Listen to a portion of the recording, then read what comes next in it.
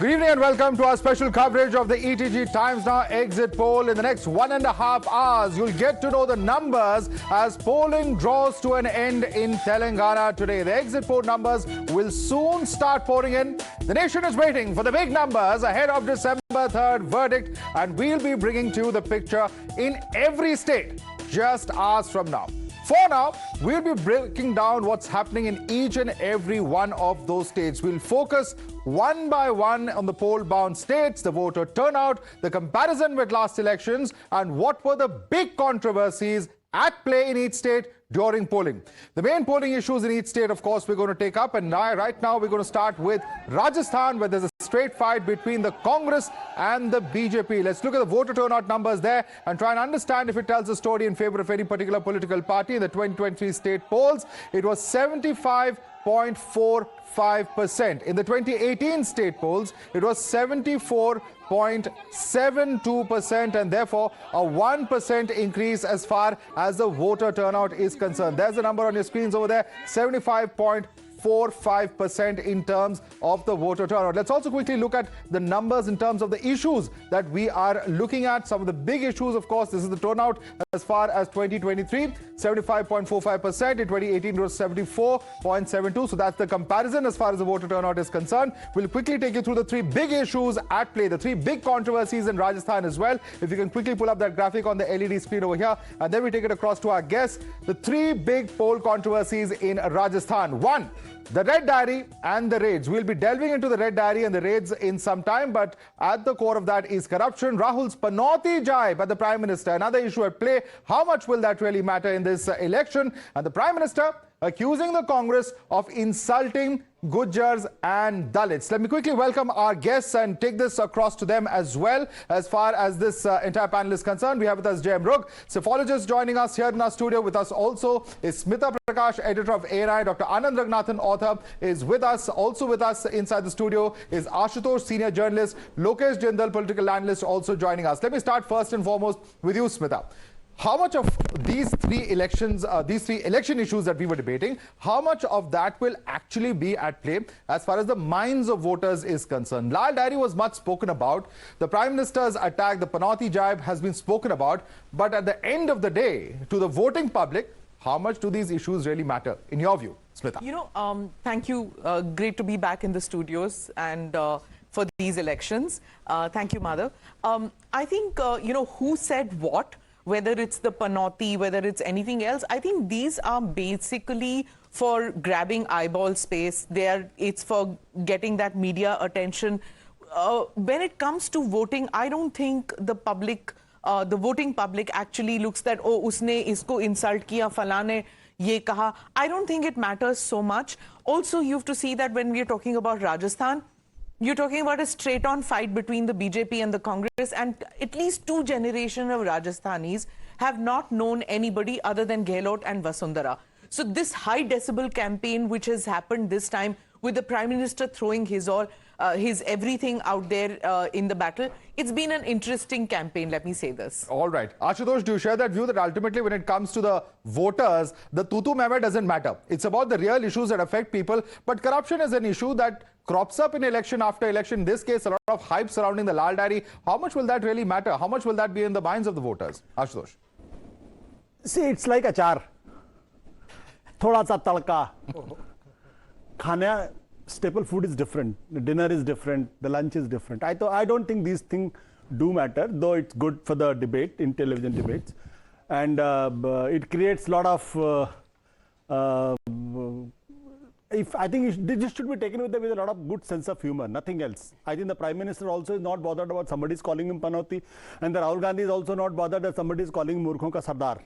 Okay. So both of them are equal to each other. But the issue is, I think this time, the major issue is whether the BJP can score over the Congress and the Congress can score over the BJP. Because out of the 5 states, in 3, they are fighting with each other.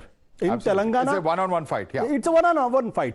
So, lot many people they compare the 2018 and so like 2018. Even if the Congress BJP loses all 3 states, nothing is going to happen for the 2024. I don't subscribe to that view. It does affect.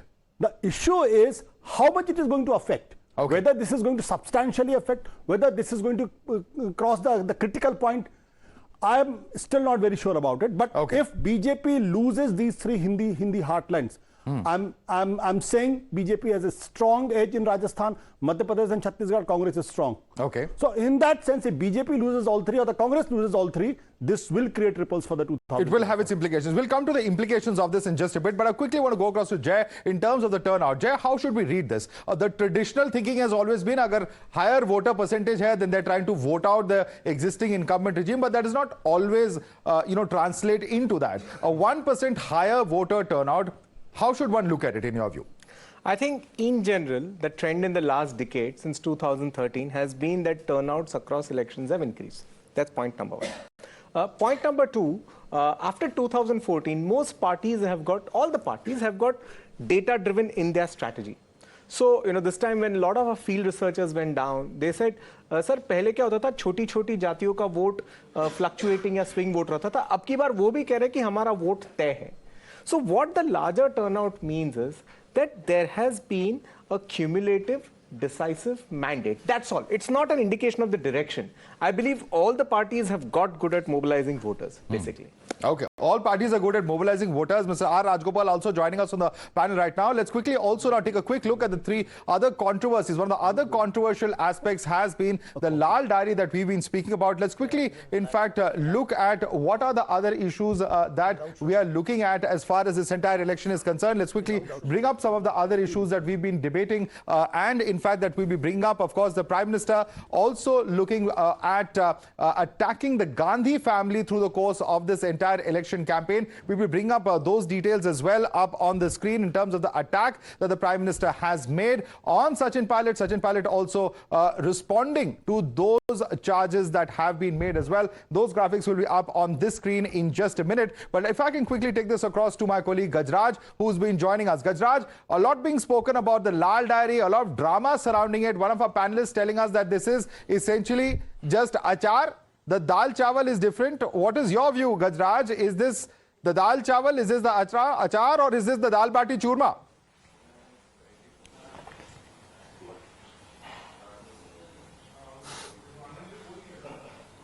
This is the ongoing dal bati churma here in Rajasthan, because one thing, Madhav, we have to note here that if the revelations are coming back to back in the red diary, it is being flashed again and again, and a lot of pages are coming out with a lot of revelations, whether you talk about Vaibhav Gehlot speaking about his own father, CM Ashok Gehlot, and lot many things over the corruption scams and involvement of a lot of, who's and who's of the society. But the question that arises here is why the ruling party is not, asking any investigative agency to check upon this particular red diary, because there is no one in the ruling party raising questions over this. They are just letting it happen. Pages are coming out and there has been no action from the ruling Congress over here. So it also, brings up a kind of a speculation here, when we talk to the BJP leaders also, they also have this kind of doubt that why if they are saying that this red diary doesn't exist or it's just a hoax, then why do you don't get it checked? So this is the,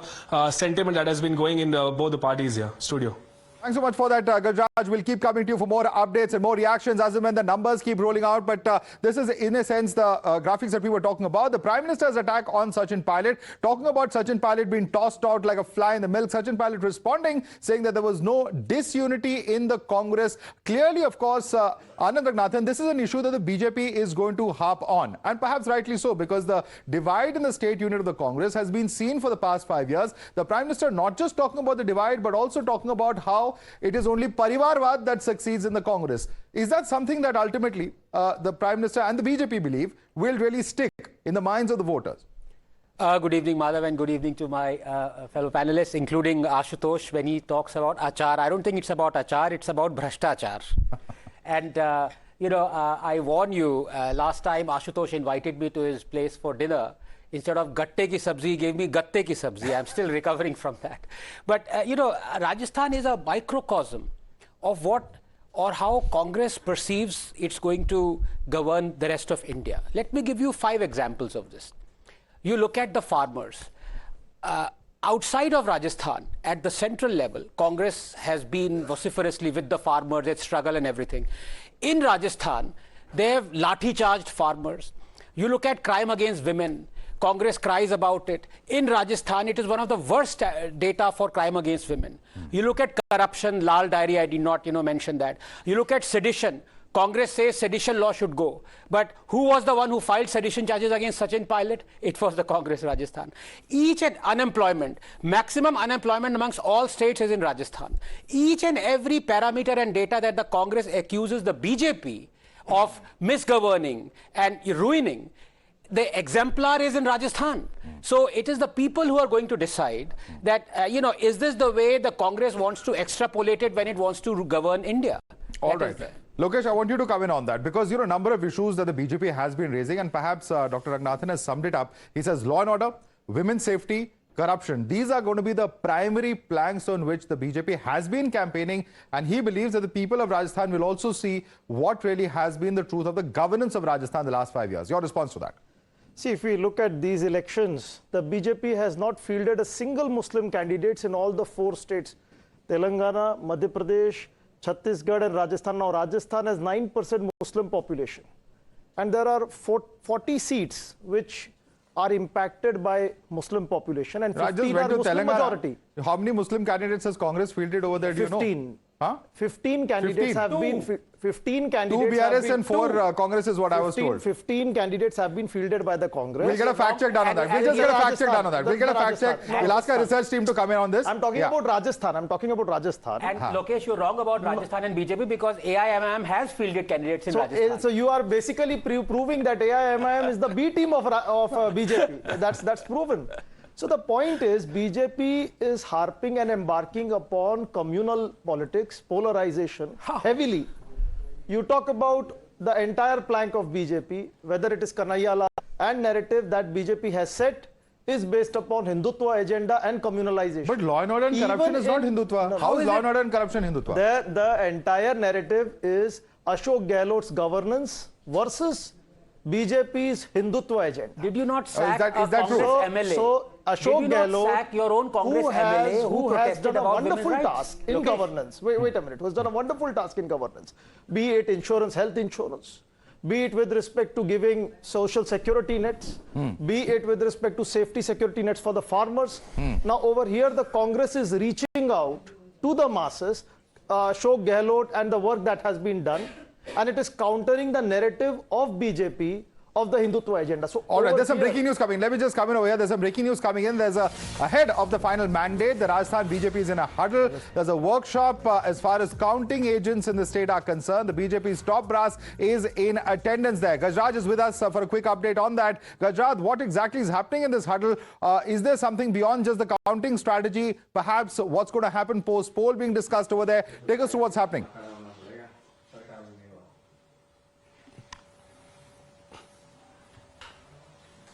So it's a meeting of the senior BJP leaders over the counting, and recently we also spoke to a few leaders over there at the BJP headquarters, and they have been saying that few discrepancies were also reported at the time of polling when at least 300 to 400 names of voters in a few constituency were not being listed. So that is also being discussed in some particular area. So that is the latest update from that meeting, which is still undergoing.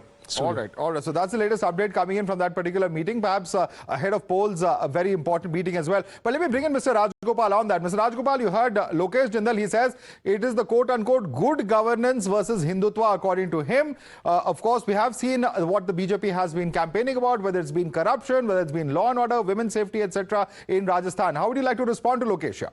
I would like to prove Lokesh Jindal wrong because the regional satraps like Ashok Gehlot, Bhupesh Baghel, and even Kamal Nath, they did not bother about Mr. Rahul Gandhi. You must see the first important turnout of Mr. Rahul Gandhi to these meetings. Especially, he concentrated more on Telangana, not on other 3 states. He was busy in Kazakhstan and Kedarnath, Rajnath, something. He went with Varun Gandhi like that. Some other world he was in. Therefore, Rahul Gandhi was not a material at all in Rajasthan and Madhya Pradesh. Apart from that, this DMK controversy about Sanatana Dharma picked it very well, but it's downslided because DMK was told not to repeat it by Madam Sonia Gandhi and Mallikarjun Kharge. Apart from that, Madhav, my understanding is the youth, first-time voters or enamored of Mr. Narendra Modi, and first-time voters hate Congress. First-time voters gone with digital world.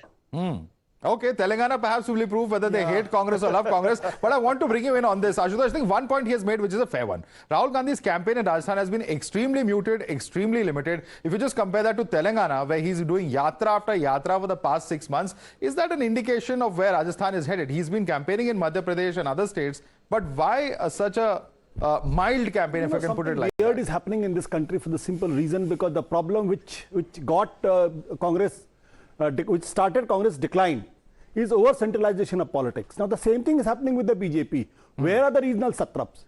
From the beginning of the election, all the regional satraps, whether Shivraj Singh Chauhan, whether Raman Singh, whether Vasundhara Raje Scindia, they were on the chopping block. And finally, Amit Shah and Narendra Modi realized that you have to give some importance to Vasundhara Raje Scindia and Shivraj Singh Chauhan, otherwise you are going to lose the elections. So they were brought in, like Raman Singh. God knows from where he came into the picture and suddenly he became the leader of the chief ministerial candidate. What is happening with the Congress party? I think it's good for the Congress party that the regional satraps are given importance. They are given autonomy. They are given freedom to choose candidates and to take the responsibility of fighting election. No, I don't think so. I did not disturb you, sir. Please let me speak. Ashutosh. Sir, I didn't disturb you. Okay, please. let him make his point. Sir, I'll come back to you. I don't want to. We have plenty of time. There's an hour to discuss I don't want this. to be discourteous. Please let me speak. Let's go one by one. Mr. Rajgopal, I'll come back to you. I know you hate Rahul Gandhi and the Nehru Gandhi Parivar, but when it comes to objective No side debates. assessment of No the side debates, politics, please. No personal have some comments. patience. Let's go with the topic of Have some discussion. patience. Ashutosh, complete your point. Yeah. So take the example of Telangana. You get a leader from nowhere and he is given responsibility. Now if the Telangana, Madhya Pradesh, Rajasthan, Chhattisgarh, if the Congress is winning, I'm sure that Rahul Gandhi will not get the credit. But who is going to be benefited out of it? It is the Congress party. What is happening in Rajasthan? Who is going to lead the campaign? Well, it works both ways. If he's campaigned, obviously it will be looked at. But I want to bring in Smita on this. Smita, is this a fair point to make that 10 years later, the BJP has realized that they need regional satraps to actually fight the election? And he says that's not the case with the Congress, where the regional leaders have more of a say in how things are I run. think there are many people who feel that this is the Congressification of the BJP just because the BJP has been in power for 10 years. And when you are in power, you tend to lean towards systems which have already existed. So it does happen for parties which have been in power for the second term. But to come back to the campaign, I think Rahul Gandhi spent a lot of time in Rajasthan. If I'm not mistaken, it was 18 days and some 400, 500 kilometers in Rajasthan. So somewhere during that Bharat Jodo Yatra, he must have sensed it that, every time he's seen maybe just holding hands with pilot, Gehlot gets a signal. Holding hands with Gehlot, pilot gets a signal. And then the verticals then start imagining things. The same thing happens in Madhya Pradesh. Yeah. So maybe he's taken a back seat and allowed Priyanka to do a little bit of the campaigning because her being seen with either of them doesn't send a signal. Okay, I'm going to come across to you because we need to quickly go across to the next state that we are debating at this point of time. We're steering across to Madhya Pradesh now. Here too, there's not much of a difference between voter turnouts of 2018 and the 2023 state polls. In fact, let's quickly pull up that voter turnout here on the screen as well. This is the voter turnout that we're looking at the moment. In 2023, it's at 76.22%, and these were polls that were held on the 17th of November, just about a fortnight ago, and that's the number that we're looking at.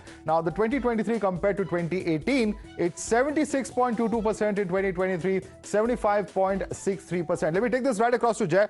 Jay, again, it's a 1% increase. It's quite curious that in Rajasthan and Madhya Pradesh, we are seeing a 1% increase. Now, what really can we say about this 1%? How do you look at it? Well, actually, the way I would look at it is more tighter the mobilization, more the number of serious candidates. You see, like Rajasthan, even Madhya Pradesh has quite a few rebels, right? Now, more the number of serious candidates, that much more is the mobilization. And I think that is what this number is speaking of. Even, of course, the poll numbers are not out, but we all know it's a tight contest. So even in 2018, it was a tight contest with a similar turnout.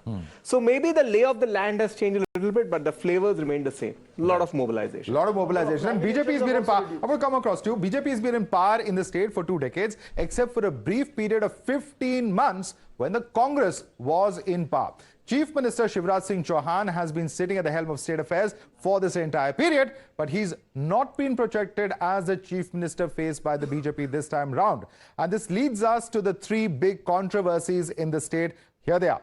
Now, the first big controversy, of course, is Shivraj Chauhan himself. We're looking at the fact that he hasn't been projected. The Prime Minister, of course, slamming the Sanatan slander. These are the big controversies in Madhya Pradesh. We can move on. Of course, as you were mentioning, Shivraj not projected as a chief ministerial face in the state. And those are some of the major factors. Narendra Singh Tomar's son's alleged video as well. This is something that the Congress has spoken about extensively. Let me go across to Mr. Rajgopal. Mr. Rajgopal, what's the biggest issue in this election amongst these 3, according to you? Kamal Nath sidelining Rahul Gandhi. Out of syllabus question. Out of syllabus question or out of syllabus answer? It's within the syllabus. Within the syllabus. Within the syllabus. Within the syllabus. Okay. Within the syllabus, he says. Kamal Nath was going with Mr. Adani, and Rahul Gandhi was told not to speak Sanatan, not to speak China, not to speak Adani like that. So Okay. Rahul Gandhi was shocked by Mr. Kamal Nath. That's a great victory for Congress. Okay, that's a great victory for Congress. So you're predicting that the Kamal will actually win in this election. Which Kamal are we talking about? Kamal has done well. Where is sitting, my dear friend? I believe he's at home from what I can make out. Yeah, but I think he hasn't the question is which Kamal will succeed? Dr. Nathan, coming to you just after Smita. I think in one way I agree with what Mr. Rajgopalan is saying, that it is Kamal Nath, 76-year-old guy. He has gone all out, fronted this campaign, and he, so much so that he told the India Alliance that I don't want you to campaign, I don't want your rally. And he has front-ended it completely. So victory or loss, it will be Kamal Nath's, whatever happens out there. And yes, Shivraj Singh Chauhan not being declared as the CM candidate, I think it will hurt the BJP a little bit. Yes, the first-time voters, if you recall, I mean, 20 years being in power, Madhav, which means that those who are going to vote for the first time, they have not known a Madhya Pradesh without Shivraj at the helm. It's only been him. So there is a one lot which is just, there's no anti-incumbency, but just bored of him. You know, so that is something that I think the BJP, I don't know whether it works for them or not. But I totally agree that it is Kamal Nath who fronted it, and it's Kamal Nath who's put his all, 76-year-old, and look at the number of the experience that he brings. I think it surpasses all other chief minister candidates in these 5 states. More than Gehlot, more than anybody. Union cabinet, chief minister. He's somebody who has brought so much energy into this campaign. Right. Quick response. Sabha, you just joined the panel. Coming to you, Dr. Nathan, just a minute. You want to quickly respond to Smita over there. How much of a factor will this be? The 3 factors that we just discussed, and of course, Mr. Rajgopalan's contribution that it was Kamal Nath coaching Rahul Gandhi on what to say or what not to say in the state. Your response and your reading of what's happening in Madhya Pradesh. Look, it is Kamal Nath. I definitely agree with what Smita has said. It is Kamal Nath who has run the show. But it's not very simple. I mean, he didn't coach. Rahul Gandhi didn't go there for a while, and then he went. Because Kamal Nath also did not take the advice of the central AICC planners who have been laying out blueprints since Karnataka. He went his own way. But the Congress operates like that. It's not such a high command culture at this stage as the Bharatiya Janata Party is. There was a level of autonomy in what Kamal Nath did. Whereas in the case of Gehlot, you'll find he actually did not listen to people. So there are interesting nuances within the Congress, what has happened with 2 chief ministers. But yes, certainly a 76-year-old man has put it all out there. And he's there fighting it out. Interesting different parallels between Rajasthan and Madhya Pradesh. How do you look at it, Dr. Nathan? I agree with Smita. I think it is for Kamal Nath to lose. But couple of points out here. You look at the privilege that Congress and its acolytes enjoy. Here is Kamal Nath, who was sacked by none other than Sonia Gandhi when he was made in charge of Punjab because of his doings as far as 1984 was concerned, and out here nobody is bringing that up. Whereas you look at Narendra Modi, and every time Modi stood for elections or any election campaign, you always had this ghost of 2002. Out here, that's not in discussion at all. Finally, as far as BJP is concerned, it's quite peculiar because no one, this is a BJP ruled state for 2 decades, notwithstanding the anti-incumbency, in every BJP ruled state, whenever Narendra Modi goes there and everybody goes there, they always talk about double engine ki sarkar. You know, out here, this phrase is conspicuously missing because the fact is one engine is not working. The central engine is having to pull the train along with this engine that isn't working. And if you look at, if the BJP makes it a close race, it would be on the back of the tremendous success of the central schemes that Modi has brought, not at the state level. And the Prime Minister himself campaigning on ground. We're going to take a very quick break now. After the break, we'll be debating Chhattisgarh as well as Telangana. What are the big issues there? What are the voters there thinking? Our reporters will be bringing us updates as well from on ground. Do stay with us.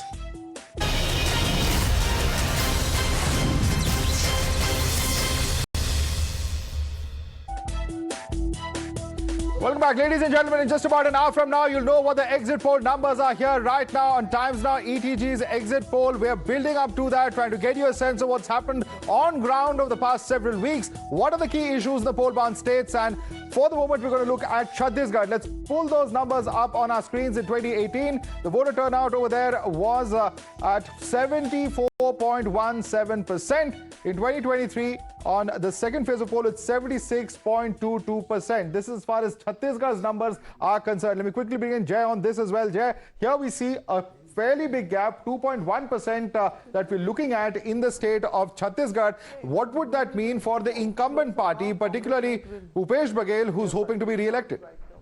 Well, let's remember one thing. Mr. Baghel won a landslide last time. So replicating a landslide is not always easy. Even Mr. Kejriwal had to go down from 67 to 62, right? So I think there is some natural cyclic anti-incumbency, along with a very aggressive mobilization by the Bharatiya Janata Party. Which has really worked hard, looking, okay, there's going to be a GGP-BSP alliance. Okay, then we need to have so many candidates here. So many candidates to be declared first. They're going to be campaigning earlier than the others. So I think this is this little cyclical anti-incumbency along with the strong mobilization by the BJP. I'm not speculating the outcome, but that is what this turnout indicates. That's what the turnout indicates for you. In fact, we'll go across to our reporter Govind Gujar as well, who's joining us. Govind, you were on ground there in Chhattisgarh. Take us through what your sense is in terms of what are going to be the biggest issues in the state very quickly. Madhav, absolutely. BJP and Congress in Chhattisgarh are just making the claim accordingly for their respective victories. But you know that how Mahadev app was became a big controversy. It definitely dented the image of the running government in Chhattisgarh. But definitely the percentage which has increased in Chhattisgarh. That's why Raman Singh, we also had the interview with him. He said that it's all because women are just having inclination towards BJP in Chhattisgarh. We also went on the different polling booths and tried to get the opinions of the voters. Definitely, there is bit confusion. Definitely, the fight is quite tough in Chhattisgarh. The fight is quite tough. There are a number of issues that you mentioned. Let's quickly take a look at those controversies that you've been speaking about in the Chhattisgarh polls. And in fact, you mentioned over there the Mahadev app betting probe. The alleged conversions in the tribal belt is something that has been spoken about. And Chief Minister Baghel's soft Hindutva. We'll come to the third issue last. But let me quickly take this across to our panelists. Lokesh, how much will this Mahadev app hurt Mr. Baghel? Because there's a sense that it's come at the peak of the polls. Has it come perhaps too late in the day is also a question. Look, this Mahadev app is not going to have any impact on the poll outcome. 2018, the reason why BJP was shattered was due to its apathy towards the farmers. Now, if I'm talking about Chhattisgarh, it's a rice producing belt. You will see majority of the dominant Sahu community, OBC. We have the ST sector. They're mostly into agricultural sector. And the policies of the government had been anti-agriculture. And that was a major reason that 2018 for the first time witnessed a swing towards Congress. And Baghel Saab has done a wonderful job throughout his tenure. The MSP was at an all-time high. I mean, the Chhattisgarh government, it took care of the farmers very well. In fact, compared to all other states, it had done a reasonably wonderful job. So I would say, I mean, the BJP, it was just found lost. You know, okay, BJP was found lost. But let me take that across to Mr. Rajgopal. Mr. Rajgopalan, do you believe that the Mahadev app betting probe is going to have an impact in this election, or was it too late in the day? Chhattisgarh is going to bring big surprise, Madhav. T.S. Singhdev, the Deputy Chief Minister, is in touch with senior BJP leaders, according to my source in Chhattisgarh this morning. So Jyotiraditya Scindia will play politics. And apart from that, kapda to nahi padenge either. Because Kamal Nath said, Digvijay Singh ko kapda pad do. Chhattisgarh mein Mr. Baghel did not say about Singhvidev's kapda pad do. Because my understanding, as Jay Muruk said, Chhattisgarh is going to bring surprise. Okay, Chhattisgarh is going to bring a surprise. Many views over here. Let's quickly bring in the next set of graphics. Yeah. Point to add that. Okay, quickly. Yeah. If there is a mandate like 55 and 35 or 55 or no 50 and 35, then Chhattisgarh is open to Operation Lotus. Oh, it's open to Operation Lotus. That's another big suspense. Okay, quick addition. Ashutosh. I think Mahadev app was the biggest fake news of this election. Okay. Biggest fake news of the election. Just after the election, when the election was over, the same driver is saying, I was forced to say something like that. Okay. And just imagine.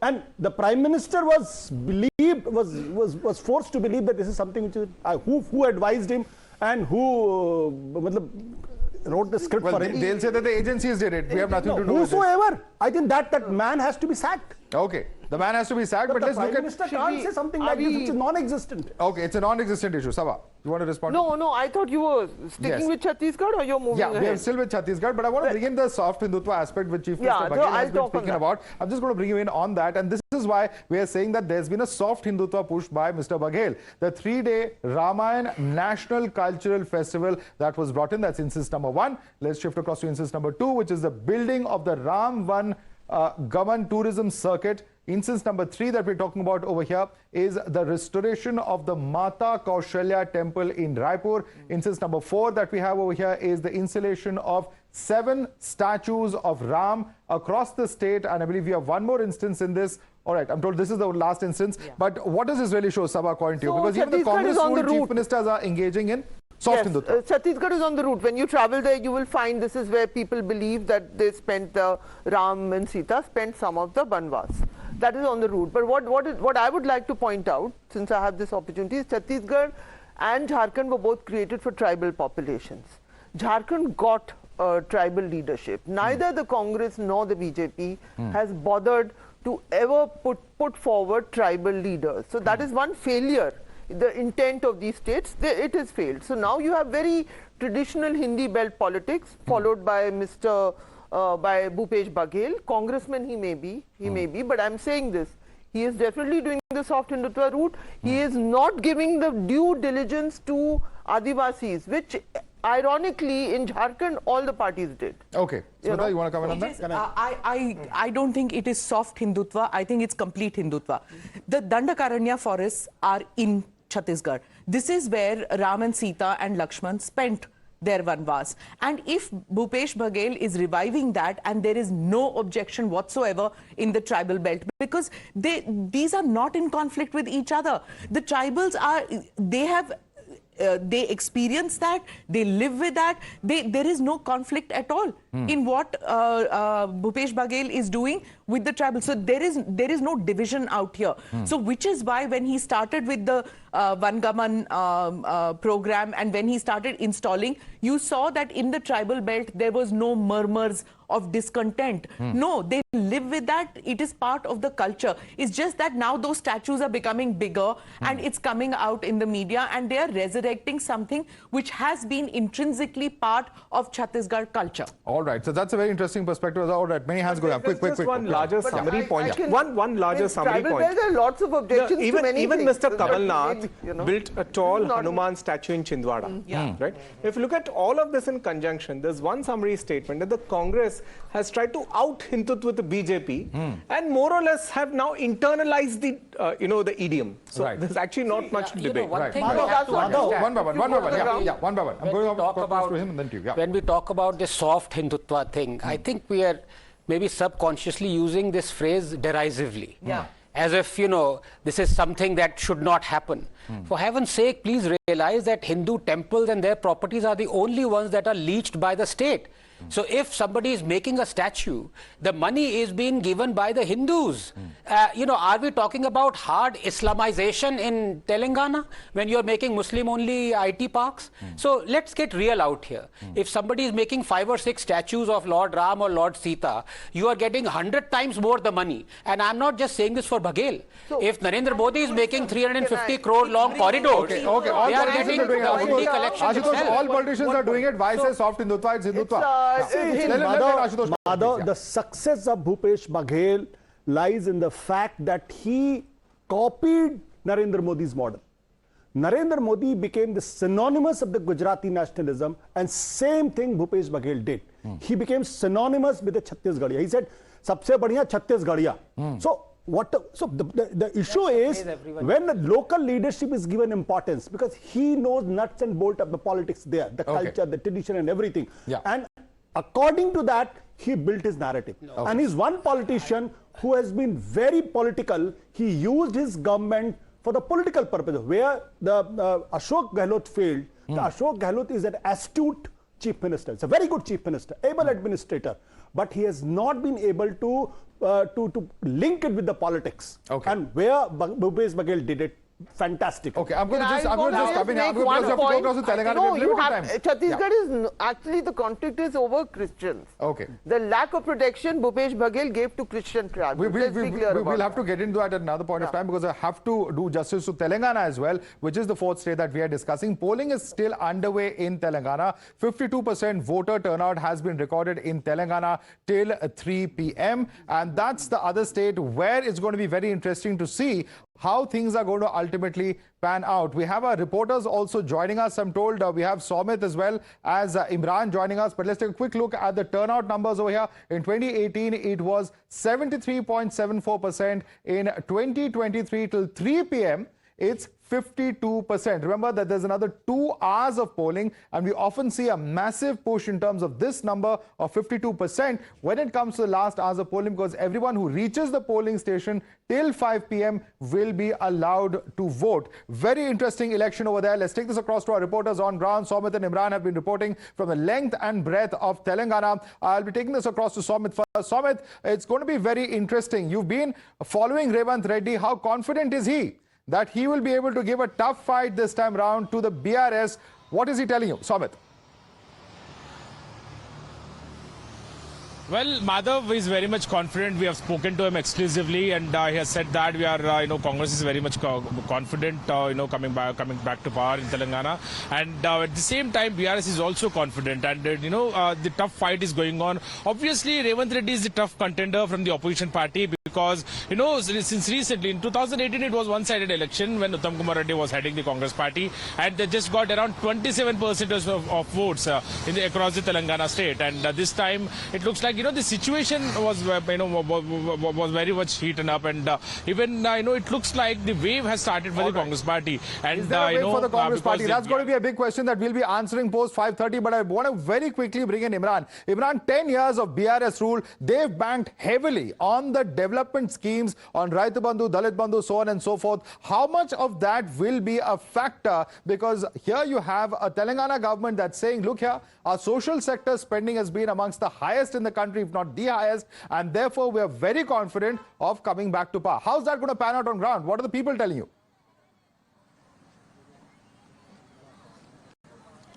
Well, Madhav, that's what the TRS is banking upon. Their 5 ambitious social sector schemes that will sail their party to power. But however, we see that many people in Telangana, there is a strong anti-incumbency the party is facing, and many people, what we spoke to, say that we have given 10 years to BRS, but let's give one opportunity to Congress. That's some of the voices we heard on the ground. It's very difficult where Congress is saying that this is a way for Congress this election, whereas the BRS is saying that importantly, the 5 major schemes will sail them to victory easily in this for the third time here in the state. All right, Imran and Somit, we'll keep coming back to you for more updates and all the reactions to our exit poll later this evening as well. But let's break this down further for our viewers. The high-stakes battle in Telangana, where polling still underway, unlike Rajasthan, Chhattisgarh and Madhya Pradesh, it's not just the Congress and the BJP who are in the fighting ring. In fact, it's a three-way contest with the BRS, AIMIM combined as well, and the BJP and Congress battling it out. While KCR is in fact eyeing a hat-trick, the BRS's big poll plank is a development work in Telangana.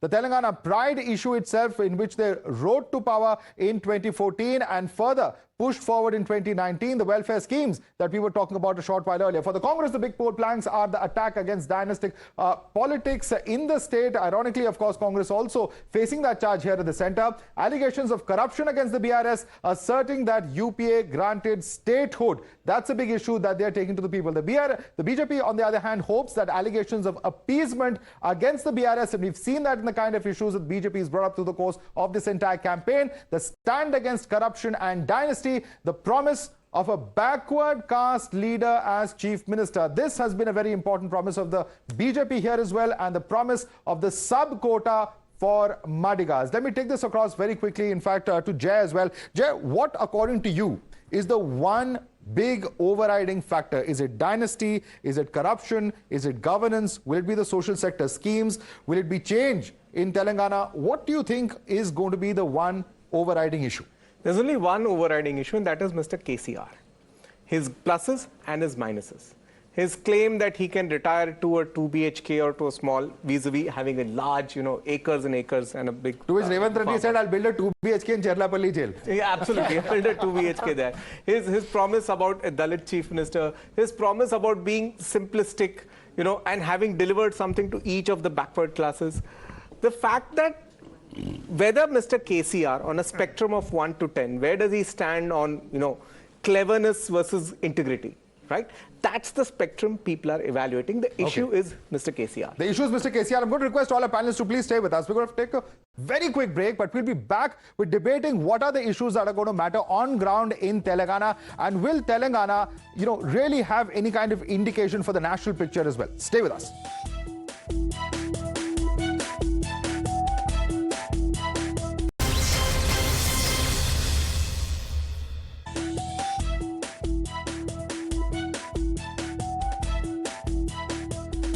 Welcome back. We're building up to our exit poll over here at Times Now. And in Telangana, Chief Minister KCR, who's been the Chief Minister for 10 years in the state, boasts of a slew of welfare schemes targeted at every section of society. Significantly, he's also made big announcement for the minority community. Congress is not far behind and has unveiled a minority declaration. The BJP has accused both these parties of appeasement, but it has promised to rename Hyderabad as Bhagyanagar. A declaration many see as an attempt to appease the majority community. Let's take a quick look at both the appeasement and allurement by different parties. On one hand, you have KCR, who has talked about an IT park exclusively for minorities. The allurement on the other side is that Raitu Bandhu has disbursement promise has been made here as well. Let's also talk about appeasement on one side, talking about that he's committed to Muslim reservation. Also, in terms of what the Congress is talking about, the Karnataka model is being spoken about in Telangana as well. Moving on to the next promise, a separate minority declaration that has been made. The allurement over here is 4,000 crore budget for minority welfare. That's as far as the Congress is concerned. Moving on to the BJP, which has talked about renaming of Hyderabad to Bhagyanagar. You see KCR say that there will be 3,000 rupees a month to women in the BPL category that has been put out over here by KCR. All right, we have some details coming in. Breaking news at the moment as the Telangana battle inches to the end. The Congress has stepped up attack on Prime Minister Modi. Our mission is to remove hate, and the Prime Minister is what is being spoken about by the Congress party. That's the statement coming in. We'll look at whether we have a soundbite of the same. All right, we'll be getting that soundbite in just a very quick minute, but let me take this question across to our panelists over here. Coming across to you, Sabha. Many who are saying that this is an election that is being fought on the basis of charges of appeasement and counter charges as well. How are you looking at it, from IT parks to minorities to the Bhagyanagar debate coming in once again? Perhaps every political party can be accused of that. Look, I would look at it, first of all, this is the one election. It's not only about KCR and all these slogans that you put it. If this election goes the way some people think it will go, that if the Congress actually manages to defeat a party which has done outstanding welfareism, we will have to analyze a couple of things. The competition within welfareism, because there is a scheme called Dalit Bandhu. 10 lakhs is given to each family. So the others who don't get it, they are resentful. All these kind of the competition there. But what it would be, the Congress took the entire Karnataka template, the entire team, the entire resources, and they went ground up. For them, a miracle began as soon as they won in Karnataka. Okay, we have limited time, so I want to quickly go across to others. Smita, that's an important point she's making, because Congress has attempted to lift that template. Whether it works on ground or not, we'll know perhaps only when the final numbers come out. But one of the interesting things that they've tried to do is woo away the minority vote from the regional player. It was JDS which suffered in Karnataka. Will the BRS suffer is a question that many are asking. Yeah, correct. They have tried to replicate it, and if they succeed, this resurgent Congress, which everybody is talking about, if that works in Telangana, then the Congress gets a lot of muscle, because out of the 5 states, you have 2 states completely towards the Congress and 1 in alliance. So 3 out of 5 goes to Congress if Telangana can be a repeat of what Karnataka was. As far as Telangana itself is concerned, and what you had shown about the minority appeasement, etc., etc., look, the state has a very strong Hindu tradition. The name itself, Telangana, comes from Trilinga. The 3 Lingam temples that are in Telangana. So there have very strong Hindu traditions. Also, 85%, and then you have the Golconda. What was it? Was it Golconda? What was that? The Sultanate, whatever it is, the Nizam period and things like that. Yeah. So that's also there, and 85% of your population is either backward caste, other backward castes, and minorities. Okay. So they play this. Both the parties play this tightrope game in appeasing one section as well as continuing the traditions of the other. Let me get you a quick word from Mr. Rajgopal. Minorities are mainly with the 7 seats of Asaduddin Owaisi. Yeah, but they matter across the state. They matter actually in 45 seats across the state. They have a decisive mandate. They have a decisive state, at least 45. And Owaisi only matters in the city. Owaisi only matters in the city, and that's only a very small chunk. Let me quickly bring in Mr. Rajgopal for a quick perspective on this. Mr. Rajgopal, do you think the Congress will succeed in bringing the Karnataka template to Telangana, and in this election will be able to prove itself, get the numbers? How do you look at it, Mr. Rajgopal? Madhav, D.K. Shivkumar failed. He could not put his money there because KCR very effectively controlled it. Apart from that, Madhav, India alliance, we did not speak about it because Madhya Pradesh, Rajasthan, Chhattisgarh have no India alliance. It's only Karnataka and Mr. KCR who sowed the scene for India alliance first, because he met Mr. M.K. Stalin in Chennai first against anti-Modiism. So it was Mr. Narendra Modi also said that KCR wanted to join NDA. So he confused the voters. My understanding is, if KCR wins, there is no India alliance at the All India level. If KCR loses, India alliance may get some surprise. If KCR loses, India alliance will get a boost. How do you look at that analysis, Ashutosh? I don't know why he hates India alliance so much. Let's be fair. He said if he wins and if he loses. He's given both the scenarios to you. Ladies and gentlemen, I don't want to turn my back to you, but very good evening to you, Jemruk, and hello, Madhav. Hello, and Navika. I want to know what's your heart rate at the moment, because I'm carrying with me the numbers of 2 states that we already have in my hand. Yes, Sabha, I wish it was so simple that I could just show them to you and show them on the screen. X-ray chashmas. You can get the X-ray chashmas, please. Smita, please wear your X-ray chashma to see what are the numbers that I'm holding in my hand. Lokesh Jindal, very good evening to you. Ashutosh, hi. धड़कनें बहुत तेज चल रही हैं आपकी, बड़े nervous लग रहे हैं आप. I'm contesting not on betting any political party, so I can. रहने दीजिए. All journalists are so involved in elections that I don't think anybody can distance themselves. मैं स्थित प्रज्ञ हो गया हूँ नरसिम्हा राव की तरीके से. वाह वाह, क्या बात है. That really should be. गलत खबर थी. Anyway, I have these numbers, but there is the Election Commission of India, and rules do not permit me to put these numbers on air till 5:30. So at 5:29.59 is when we'll get into the number conversation. But I want to tell you, we do have some numbers for you, and those numbers are going to be intensely interesting when we open up at 5 p.m. Madhav, what do you think those numbers are? I hope you're not going Well, to there give are the some name. surprises. There are some surprises we can certainly say, and we can brace for those surprises as well. Right? We can have a very Platonic statement. They always hide more than they reveal. Well. That's the definition that is given for many things in this world. We'll not mention them. But just a very short break.